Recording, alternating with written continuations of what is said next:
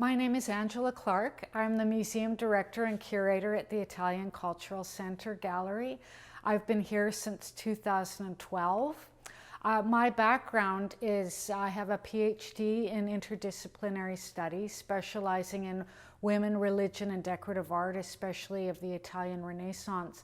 But through my work here, I've moved into areas not just of ceramic, but textile, needlepoint, any of those handcrafts that really, traditionally were specialized by women. I came to craft, first it was a PhD study, but when you're doing academics, it's always a very remote thing that you're this researcher, observer, and you're supposed to be objective. But then when I started working here in the Italian community, it became really very much more hands-on. I was really meeting people that had studied creating textile and embroidery from the age of 14 in their Italian villages. And that really placed a whole other perspective on craft with me.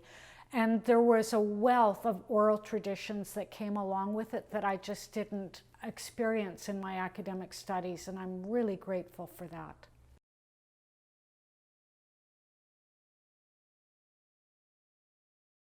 Well, certainly with the First Nations arts community, it is all about community, and it's about survival and creating this sort of bridge with the elders into the contemporary and this constant learning.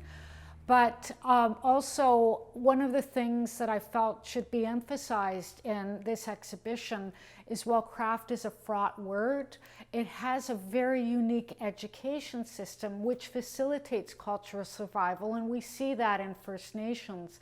And with my own work on Italian decorative art, whole villages are dedicated to craft. And this exhibition, really, we're seeing is the result of that tradition from the 16th century.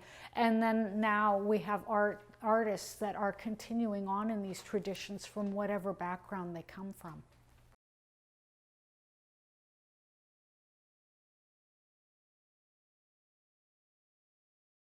Absolutely, and I feel that that is something that characterizes craft practice and arts in BC, that there is sort of this inscape that fascinates the artists here, where they really explore not just the environment, but also the materials in which they create their work.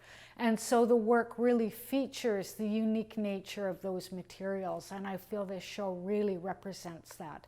There is this desire among the artists to really explore the inscape, the thingness of the materials, but also the environment that they represent.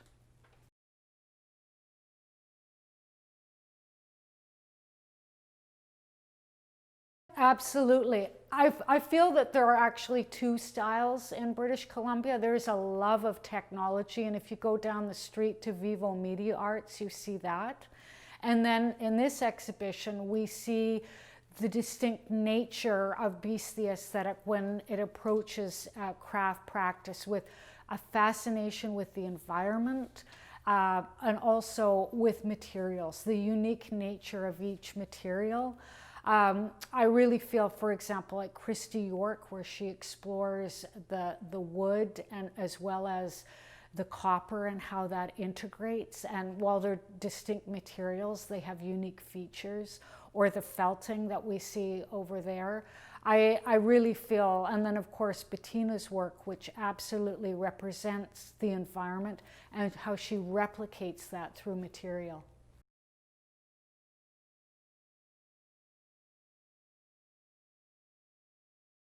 This was a very fascinating exhibition to work on. From the perspective of the Italian Cultural Center, it really has been an honor to have the Craft Council participate, but also have the First Nations artists. One of the things that we were talking about is this love of the cultural center, and that with in BC you have Indigenous cultural centers, there's the Italian cultural centers, And so we wanted to bridge that world where we have our museums, but we also have cultural centers, which each cultural center represents their own culture and is really an advocate for that. And so we had an Indigenous liaison, Pam Brown, for this exhibition, and that was one of her specialties, is Indigenous cultural centers. So that really was an important dialogue for us, is what is the contribution that cultural centers can have on the artistic landscape in this province. And I feel very excited by that. And this was a wonderful opportunity to feature that.